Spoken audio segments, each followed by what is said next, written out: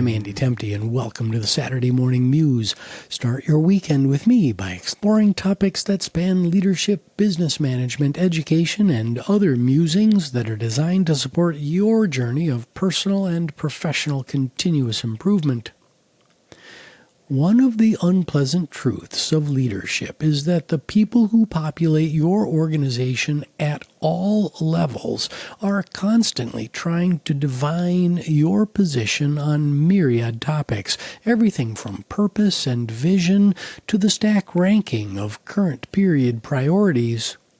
Like it or not, as a leader, you are a significant topic of conversation, and your position on issues really matters.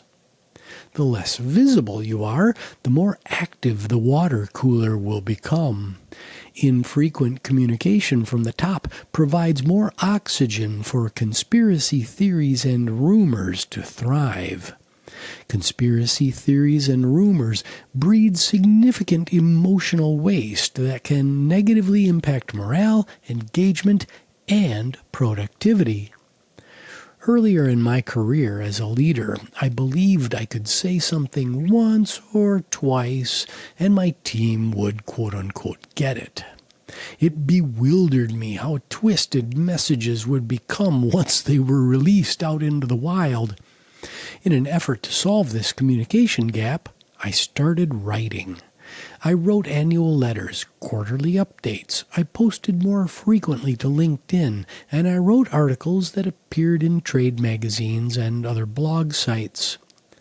Although I had help with proofreading and I solicited the opinions of staff prior to publication, the vast majority of my written communication, both internal and external, was produced by my own hand. It's hard work, but I feel strongly that what you choose to put in writing should be carefully considered, and the words should be your own. So, what's the payoff from doing more writing as an executive leader? First is clarity. It's very easy for another party to twist your verbal comments to fit their personal narrative, but it's much harder to cherry-pick and bend the written word. Whether it's an annual letter, quarterly update, or this weekly muse, you're establishing a level of clarity that's not possible with other forms of communication. Second is concision and logic. The act of writing forces you to carefully construct an efficient argument or thesis. In verbal communication, it's easy to get off track and ramble incoherently. Writing makes us slow down and think much harder about the points we're trying to make and whether those points will be clear and understandable to the intended audience. Third is creativity. I find that the process of writing sparks new ideas and makes neural connections that add significant value to an idea, position, or recommendation. Yes, bouncing ideas around in a brainstorming session is a highly valuable exercise, but I almost always find new ways of looking at an issue or problem when I commit pen to paper or fingertips to keyboard. Fourth is the cascade effect. I've derived great value by using my writing as a conversation starter with direct reports and their teams.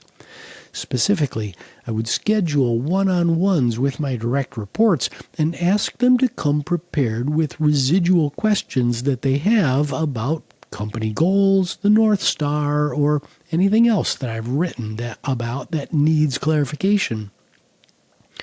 I also asked my direct reports to share feedback that they received from their team members on the same issues, kind of a catch-ball exercise.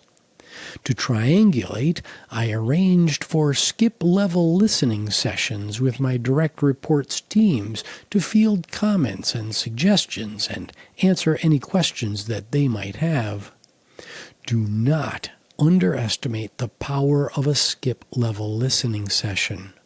You'd be surprised how much critical information gets filtered out, usually unintentionally, by your direct reports. Getting as close to the work as possible is the key. And recall, I call it a skip-level listening session, not a meeting. You're there to open your ears and your mind and listen to what your people have to say. Fifth is the importance of reading and writing. By routinely putting your thoughts on paper, you're sending a strong signal to your peers and your colleagues that reading and writing are important pursuits to be prioritized. I frequently lament about how little we read on a daily basis and how our skill level as writers has taken a real hit in the age of X's, also known as tweets, emojis, and text messages. In legacy business cultures, knowledge was power, and team members fought hard to keep information to themselves to ensure the safety of their jobs and prove their importance to the business. This behavior led to inefficiency, single points of failure, and a very active water cooler information economy within businesses.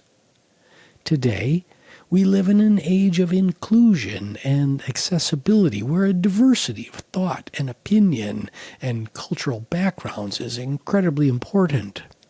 Knowledge is power, but obfuscation and information hoarding should not happen within the four walls of your business. As we aspire to flatten organizational structures and tap into the rich vein of ideas and innovation that resides within our people resources, improving the fidelity of communication up, down, and across the business is of paramount importance. Now, it's July of 2024. Start giving some thought to your annual letter now. Write memos to members of the C-suite outlining your priorities for budget season, which, oh, by the way, is just around the corner. Your colleagues will appreciate the effort you put into building clarity so that everyone can row together toward the company's North Star. Have a wonderful weekend as you recharge for the week ahead. We'll see you next time on the Saturday Morning Muse.